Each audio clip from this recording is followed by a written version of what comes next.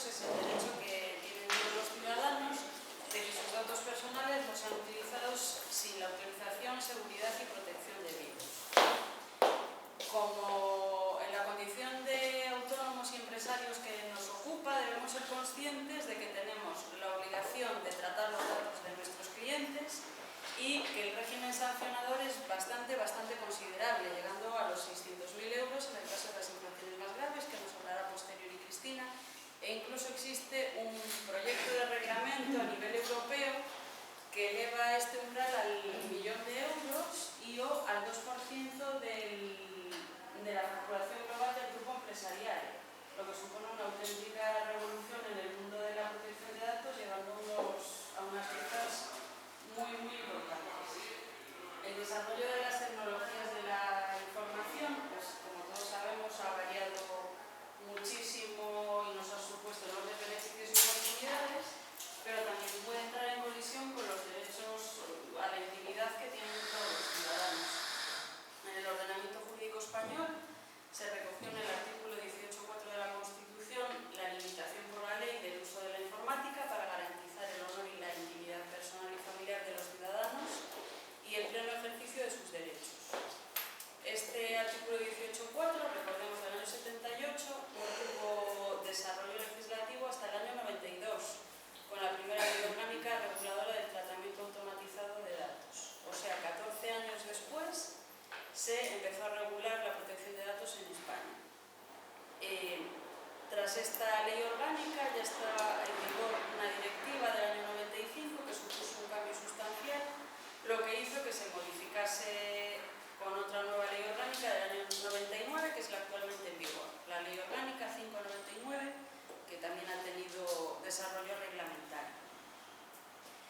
En cuanto al ámbito de aplicación, aparece regulado en el artículo 2 de esta ley orgánica y podemos decir que es de aplicación a todas las empresas que tengan un establecimiento en territorio español, aquellas cuyo responsable esté en dicho territorio o cuyos medios estén situados en territorio español, salvo que se utilicen meramente con fines de tránsito. Aunque parece bastante claro y meridiano, no es así. Por ejemplo, y algo que quizá nos suene de los últimos tiempos, hubo un procedimiento sancionador que inició la Agencia Española de Protección de Datos contra Google Inc. y Google Spain. Google Inc., que es la matriz, está situada en California, entonces se le aplica la normativa de Estados Unidos y nos venía diciendo que Google Spain se limitaba a representar meramente a Google Inc. en España, pero que no se le podía aplicar la normativa de protección de datos ni española ni europea.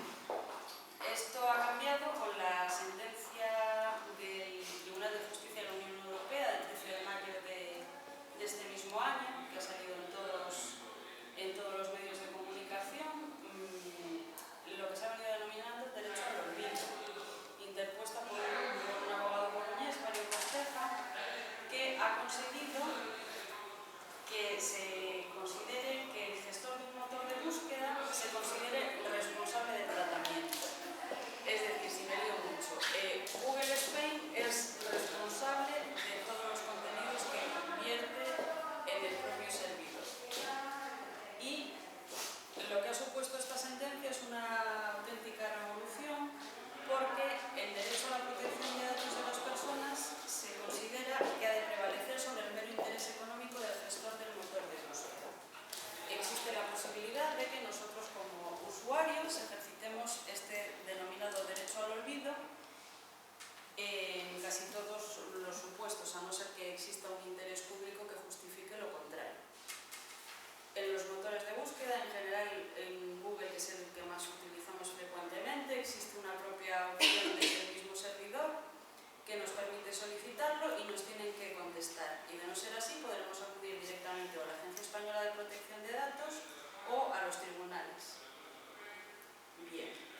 En cuanto al ámbito subjetivo de la protección de datos, no es de aplicación al uso como ficheros meramente personales o domésticos. Por ejemplo, si yo tengo un listín telefónico en mi móvil y solo tengo acceso yo al mismo, no tiene por qué ser objeto de tratamiento de datos. También se haya excluido a los ficheros que versen sobre protección de materias clasificadas y aquellos sobre investigación del terrorismo y de formas graves de delincuencia organizada. Después hay una serie de materias que tienen su normativa específica y subsidiariamente se va a aplicar la protección de datos, que son los ficheros que regulan la legislación de régimen electoral, los que se destinan a fines meramente exclusivos, estadísticos y los que tengan por objeto datos derivados del registro civil o del registro central de penados y rebeldes. En cuanto al ámbito objetivo de aplicación, están excluidos los tratamientos de datos que se refieren a personas jurídicas y también los que se refieren a personas fallecidas. Aquí podemos hacer alusión a algo bastante interesante, que es el testamento digital, que aparece regulado desde el año pasado, desde el 2013. Google facilita una opción y también Facebook. En Google se ha venido llamando el gestor de cuentas inactivas. Yo, motu propio, puedo disponer que todo lo que yo haya subido a la web o a determinados, o a las redes sociales o al correo, tenga un plazo. El plazo lo permite Google, se puede disponer que sea 3, 6, 9 o 12 meses. Si mis cuentas permanecen inactivas durante ese periodo, yo puedo facilitar la cuenta de un usuario con el que Google se pondrá en contacto para cerciorarse de que efectivamente pues, he fallecido en ese supuesto y puedo disponer qué se va a hacer con esa información, si directamente se suprime o esa persona se va a hacer responsable de la información vertida. Facebook, por el contrario, está exigiendo que se aporte un certificado de defunción. Y en resumen, debemos decir que están obligados a cumplir la ley, que es de lo más importante que en este caso, todas las empresas sin excepción, los profesionales, los empresarios individuales, los organismos públicos, las fundaciones, las asociaciones, las comunidades y cualquier otra entidad en el ejercicio de una actividad. Todos estos sujetos tienen una serie de derechos al respecto, de los que nos va a hablar ahora Paloma Piñero. Bueno, les voy a comentar un poco los derechos ARCO, las exigencias de la LOPD, las medidas de seguridad y los niveles que exige la Ley de Protección de Datos. En cuanto a los derechos ARCO, como ya todos sabemos, son 4, que es el derecho de acceso, el de ratificación, el de cancelación y la oposición. El derecho de acceso consiste en que todo ciudadano tiene derecho a conocer los datos que están tratando personales suyos cualquier empresa. Se lo pide al encargado de...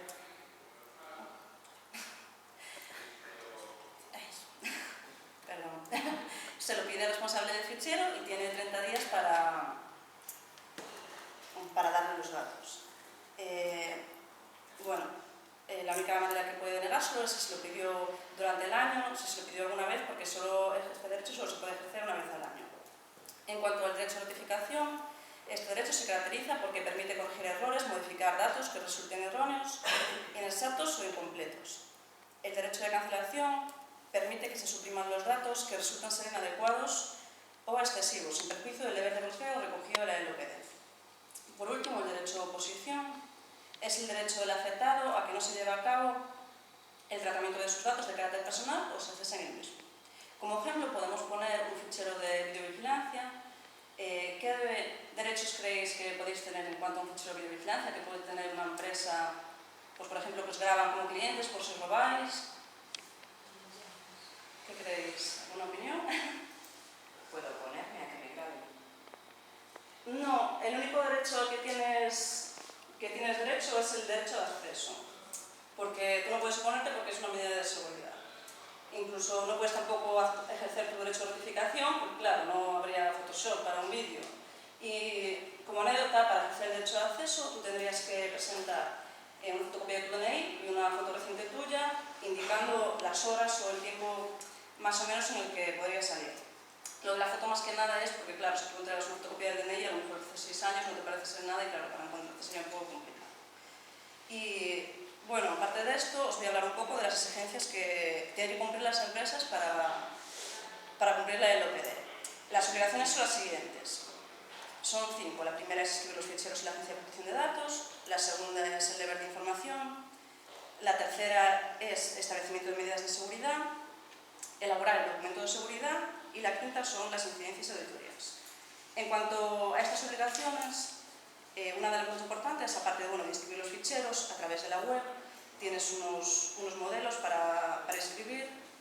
Es un cuestionario en el que tú tienes que cubrir, pues, por ejemplo, la razón social, quién es el encargado del tratamiento, a quién cedes los datos, el tipo de datos que obtienes. Y esto todo, aparte, tiene que estar reflejado siempre en un documento de seguridad que tienen que tener todas las empresas. Lo tienen que tener, pues, si tienen alguna inspección, tiene que además que estar siempre actualizado y hay un contenido mínimo que refleja la ley que debe incluir. Bueno, por otro lado, os voy a comentar un poco las medidas de seguridad que existen de cara a la ley de protección de datos. Las medidas son 3, es nivel alto, nivel básico y nivel medio. Bueno, las de nivel básico son los datos que tenemos generalmente, que son nombre y apellidos, dirección, teléfono, correo electrónico, son los que se usan comúnmente en todas las empresas. Las de nivel medio son datos de hacienda pública, seguridad social, datos que permitan identificar la personalidad de alguien, por ejemplo, un currículum. Es muy importante que la gente sepa que no es bueno, si es un nivel básico, guardar currículums, porque entonces tendrías la obligación de hacer, por ejemplo, una auditoría cada 2 años y además llevar a cabo unas medidas que son un poco más complicadas que no las de nivel básico. Entonces, bueno, yo a las empresas siempre que les implanto la LPD, les recomiendo que si son nivel básico, que si les entra un currículum, que lo destruyan, porque realmente si no estás en un proceso de selección, no tienes la necesidad de llevar una auditoría, que además, si no tienes nadie formado en tu empresa para que la haga, tendrías que contratar a otra empresa externa y es un costo mayor. Por otro lado, están las medidas de nivel alto, que son las de salud, raza, religión, sexo, un poco todas estas medidas, que son las que menos utilizan, a no ser en una clínica dental o en algo relacionado con salud, que es lo más común. Bueno, por otro lado, comentar simplemente las medidas que tienen que ejercer dependiendo del nivel, las medidas que tiene que tener cada empresa. Bueno, la medida principal, como os comentaba antes, es tener un documento de seguridad. Y aparte de eso, tienes que llevar un régimen de funciones y obligaciones de personal, un registro de incidencias, un control de acceso, gestión de soportes y copias de respaldo y recuperación. Para el nivel medio, aparte de llevar estas medidas que comentamos por nivel básico, hay que añadir un responsable de seguridad, una auditoría cada 2 años, medidas adicionales de identificación y autenticación de usuarios, gestión de soportes, control de acceso físico y registro de incidencias. Por último, las medidas que tienen que llevar en el nivel medio, que son, aparte de las que ya comentábamos anteriormente, son seguridad de la distribución de soportes, registro de accesos, medidas adicionales de copias de respaldo y un cifrado de telecomunicaciones. A continuación va a seguir mi compañera Cristina, que os va a hablar sobre las infracciones. Gracias, Paloma. Después de todo lo que hemos escuchado, uno podría preguntarse por qué un profesional o por qué una pyme o una empresa pequeña que trabaja en Galicia tiene que cumplir con la ley de protección de datos. Podría preguntarse qué posibilidades hay de que venga un inspector de Madrid a realizarnos una inspección y sancionarnos. Evidentemente el grado de riesgo dependerá de la actividad a la que nos dediquemos. No va a ser lo mismo ser una empresa de marketing, de recursos humanos, que a lo mejor una asesoría. En todo caso, probablemente las 2 razones fundamentales por las cuales es conveniente cumplir la LPD son 2. Una que afecta a algo intangible, que es la imagen de nuestra empresa y su valor. Da igual lo que hayamos invertido en publicidad, da igual lo bien que trabajemos para nuestros clientes, si nos sanciona la agencia, el daño que han hecho es irreparable. ¿Por qué? Porque las sanciones de la agencia, por una parte, son públicas. Está cualquiera que en un momento dado no tenga otra cosa que hacer, puede entrar a la página de la Agencia de Protección de Datos, agpd.es, y consultar todas las personas jurídicas, eso sí, no particulares, que han sido sancionados en España y por qué. Por si eso fuese poco, las noticias sobre empresas sancionadas aparecen cada día o cada 2 días como mucho en prensa. Y sí tienen trascendencia y sí tienen difusión. La imagen que estamos transmitiendo a nuestros clientes es la de no tener cuidado con sus datos, no mantener nuestro deber de sigilo y una cierta desorganización y despreocupación por la información que para ellos, para nuestros clientes, sí es importante. He incluido ahí algunos de los ejemplos, pero serían muchísimos, no digo, cada día aparecen en prensa, si los buscamos, por lo menos 2. Un clásico que son empresas de telecomunicaciones. En este este caso, Orange, pero también podemos tener casos como Gas Natural Fenosa, que también tiene por costumbre ser poco cuidadoso a la hora de incluir a la gente en su listado de morosos. ¿De acuerdo? Incluirnos en un fichero de morosos cuando esa deuda ya no existe nos permite ejercitar, como comentó antes mi compañera, el derecho de rectificación. Si no nos contestan en 30 días en cualquier exactitud, eso es sancionable. Un vecino que denuncia a su propia comunidad de propietarios porque se publica, lo cual hasta ahora era una costumbre no folclórica, sino fundamental en propiedad horizontal, publicar en el portal las deudas de cada vecino que se iban a ser tratadas en la siguiente junta. Bien, la ley de propiedad horizontal es una ley ordinaria y la ley orgánica de protección de datos está por encima y lo prohíbe.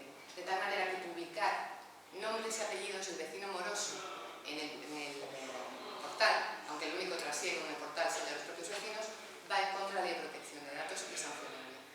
Enviar un correo electrónico a una persona sin su consentimiento. Evidentemente se trata de correo de tipo comercial, publicitario, promocional. La mayor parte de las denuncias vienen por ahí, porque la mayor parte de las cosas, bueno, lo que principalmente molesta a la gente son los correos comerciales o las llamadas comerciales no deseadas. Si no hemos solicitado y obtenido previamente su consentimiento, eso es sancionable a la primera ocasión. ¿De acuerdo? No es necesario que seamos reiterativos y que lleguemos a cansarle. La primera vez que alguien recibe una llamada o un correo no deseado, eso es sancionable como spam. En el caso de un hotel, todos los hoteles, todos tenemos la costumbre cuando llegamos a un hotel, dejamos nuestro DNI, lo cual es una mala práctica, no desde el punto de vista de protección de datos, sino desde el punto de vista de seguridad. Tienen que tomar nuestros datos, no tenemos por qué perder de vista nuestro DNI, ¿de acuerdo? La ley de seguridad ciudadana nos obliga a estar permanentemente identificados y no perderlo de vista. ¿Y por qué en un hotel me piden mis datos? Porque tienen que llevar lo que se llama un libro de registro, que tienen que comunicar cada 24 horas a la Guardia Civil. Punto. Para eso necesita el hotel mis datos y para hacer la factura. Pero si lo que van a hacer es enviar las comunicaciones comerciales, nos lo tienen que decir. Nos tienen que dar la posibilidad de oponernos. Tuve un caso que parece una batallita, pero que fue real, de un cliente que acudió a un hotel, facilitó sus datos y le llegó a su casa unas semanas después una carta de establecimiento agradeciéndole su estancia y esperando volver a verlo por allí. La carta la cogió su mujer, con la que no había ido al hotel. Bueno, tuvimos dos procedimientos, sanción de protección de datos y divorcio. Y bueno, por supuesto, el ya conocido o muy conocido caso de Google y la Agencia de Protección de Datos que mantienen ahí sus peculiares disputas. Entonces, el primer coste para una empresa a la hora de incumplir la LPD es un coste de imagen. ¿De acuerdo? Siempre se va a recordar más una publicidad negativa que una publicidad positiva. Y después, el otro talón de Aquiles de una empresa, que es el económico. Las sanciones de protección de datos en España, solo a día de hoy, veremos qué ocurre con el reglamento, son de las más elevadas de toda Europa. Y aunque se gradúan en función, de la intencionalidad, que no es exactamente intencionalidad, porque hablamos de derecho administrativo, pero que son graduables, yo he tenido pymes, SLs, que con multas de 30.000 euros han tenido que cerrar. ¿Hasta qué punto pueden cumplir la ley de protección de datos? ¿Qué me puede pasar? El mero hecho de no escribir un fichero ya es una infracción leve. ¿De acuerdo? ¿Cuánto voy a pagar por eso? Pues entre 900 y 40.000 euros, como veremos después. Considerando que escribir un fichero es lo que se puede hacer gratuitamente en la agencia, merece la pena tomarse la molestia, por lo menos de intentarlo o consultar con un profesional. Incumplir el deber de información. Siempre que recojo datos de cualquier interesado, sea en un formulario, sea telefónicamente, sea a través de una página web, le tengo que informar quién soy, para qué los quiero, a qué los voy a destinar. Y tengo que decirle la verdad. No puedo decir que los utilizo para una cosa y que finalmente sean pagados. Tener encargados de tratamiento sin un contrato de confidencialidad, que es al que se refiere ese artículo 12. ¿Qué significa? Que si yo, empresa, tengo una asesoría que lleva las nóminas de mis empleados, tiene que haber un contrato de confidencialidad entre nosotros. El no tenerlo se considera una cesión, y la cesión veremos que va a ser una infracción, como poco, grave. Son más las infracciones graves. Bueno, si fuésemos una administración, crear un fichero sin la autorización recogida en una disposición general publicada en un boletín oficial. Ejemplo, el de la consulta en Cataluña. ¿De acuerdo? De las primeras cosas que ha hecho la Generalitat es rápidamente crear un fichero para escribir a todos los que quieren incluir en su censo para el referéndum. Recabar datos de esas personas sin haber escrito ese fichero ya sería una infracción grave. Eso sí, las administraciones públicas no pagan sanciones. Pasan la vergüenza de que se conozca que han incumplido la ley,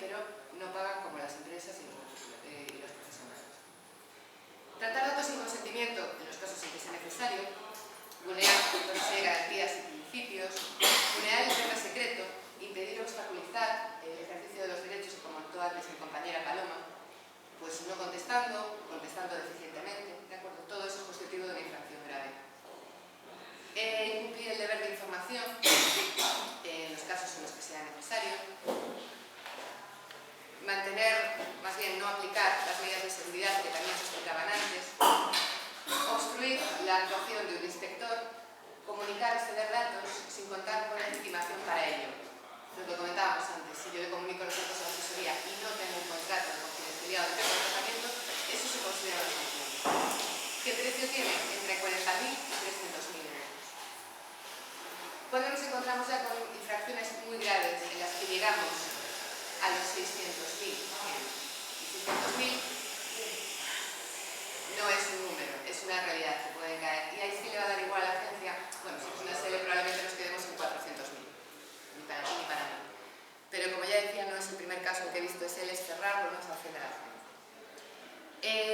Utilizar datos o tratarlos de datos de carácter personal, dice ahí los previstos en el artículo 7, son los que antes comentábamos como datos de nivel alto: ideología, religión, creencias, orientación sexual. Tratar esos datos sin consentimiento expreso y por escrito es constitutivo de una sanción.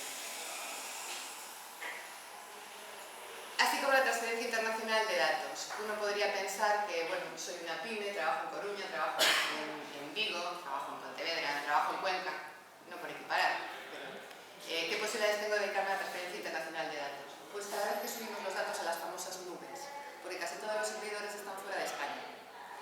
Ya ni siquiera hablo de la India o de Estados Unidos, con quien existe un acuerdo de puerto seguro, sino con otros países que casi no aparecen en los mapas. Decía antes que las sanciones son importantes y son cuantiosas, y aquí tenemos el resumen de lo que veíamos. ¿De acuerdo? Como poco, no tener un fichero puede llegar a 40.000 euros. Estos son algunos datos para ilustrar un poco lo que estábamos comentando. Son de la memoria de la agencia del año 2012. Del año 2013 todavía no salió, debe estar ocupada sancionando. Todos los años aumenta el número de denuncias. Hablábamos antes de las posibilidades de ser denunciados. Las dos fuentes de inspección son o una inspección de oficio, que no suele ocurrir, o una denuncia. Siempre que hay denuncia, hay una inspección. Vendrán dos inspectores de la Agencia de Protección de Datos, uno de tipo técnico, otro de tipo jurídico, y nos pondrá la empresa patas arriba. Y tendremos que facilitarles toda la información que nos pidan, porque tienen condición, carácter de autoridad cuando están en una inspección. Las inspecciones, ya digo, han aumentado todos los años, y por supuesto las sanciones económicas. Una de las cosas que no se suele conocer es que la Agencia de Protección de Datos no tiene un presupuesto a cargo de los presupuestos generales del Estado. La Agencia de Protección de Datos vive de las sanciones. Es algo así como si la Guardia Civil viviese de las multas que pone. Lo que en principio a todos nos parece escandaloso. Bueno, pues así vive la Agencia de Protección de Datos. Y los sectores en los que se producen con mayor frecuencia el número de denuncias e inspecciones son los ya legendarios telecomunicaciones, y en los últimos 4 años ha alcanzado el segundo puesto videovigilancia, seguidos de entidades financieras, internet, energía y agua.